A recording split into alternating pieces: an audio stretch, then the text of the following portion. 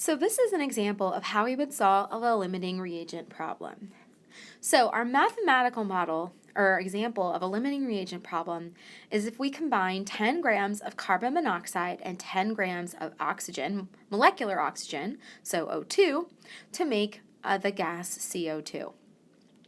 So what is the first question here is what is the limiting reagent for the reaction?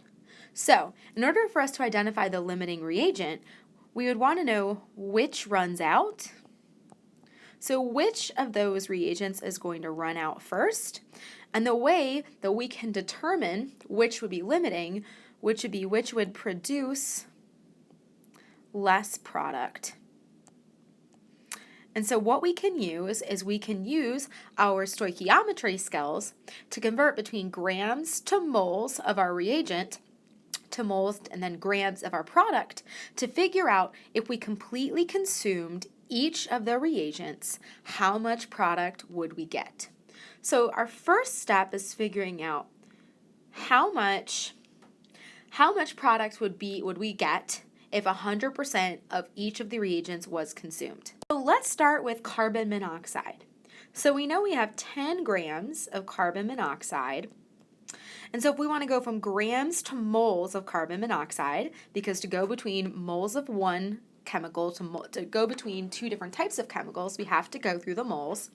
The molecular weight, or the weight of the molecule carbon monoxide, is 28 grams of carbon monoxide for 1 mole of carbon monoxide. Now when we have to go through from moles of CO to moles of our product, CO2, this is when we have to pay attention to our reaction stoichiometry.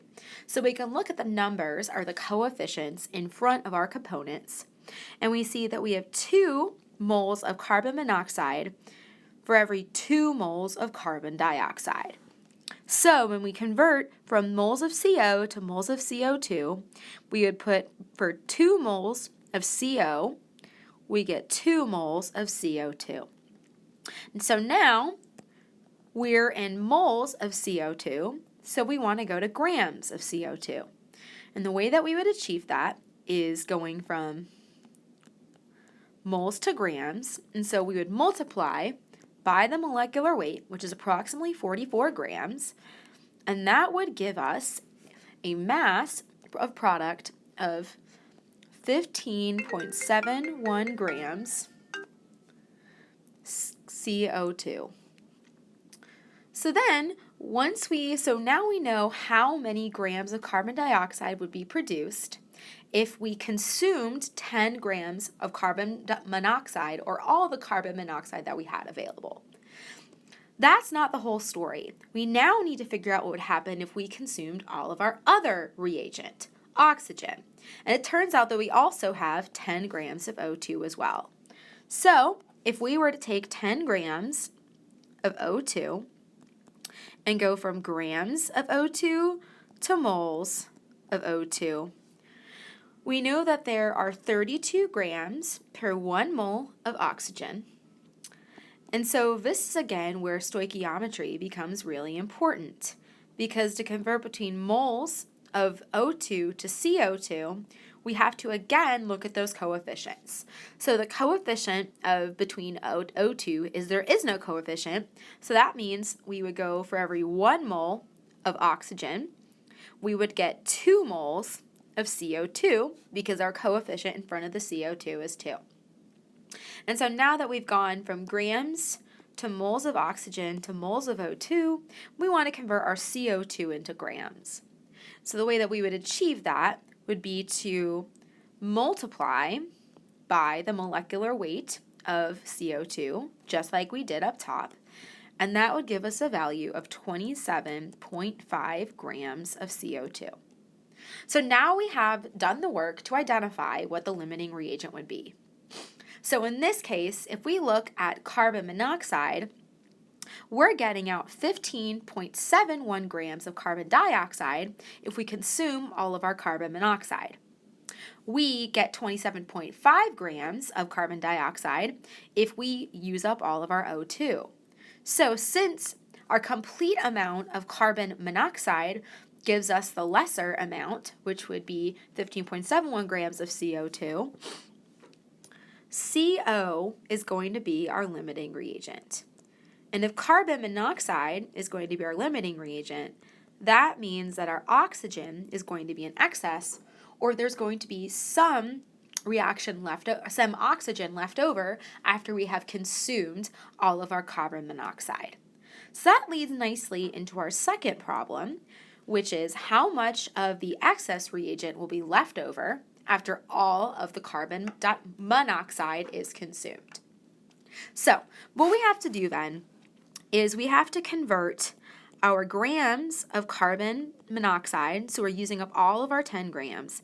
We have to convert from grams to moles, specifically moles of carbon monoxide, because then once we've determined our moles of carbon monoxide, we want to convert from moles of carbon monoxide to moles of O2. Because the number of moles of carbon monoxide that we consume will use up the same number of moles of oxygen. And so if we go back to our reaction, our CO has a coefficient of 2, and our oxygen has a coefficient of 1. So this means for every 2 moles of carbon monoxide we consume, we only consume 1 mole of O2. So now we know how many moles of oxygen will be consumed, but we started off with grams, and so now we want to convert to how many grams of oxygen would be used up. So we go from moles of O2, we multiply by the molecular weight in grams, we cancel out our moles, and that gives us 5.71 grams. So now we know how many grams will be consumed of oxygen, but the question remains is if we're consuming 5.71 grams, how many grams will be left over? And so the way that we can figure that out is say we start with 10 grams of oxygen. If we subtract 5.71 grams that are consumed, we end up with 4.29 grams of oxygen in excess.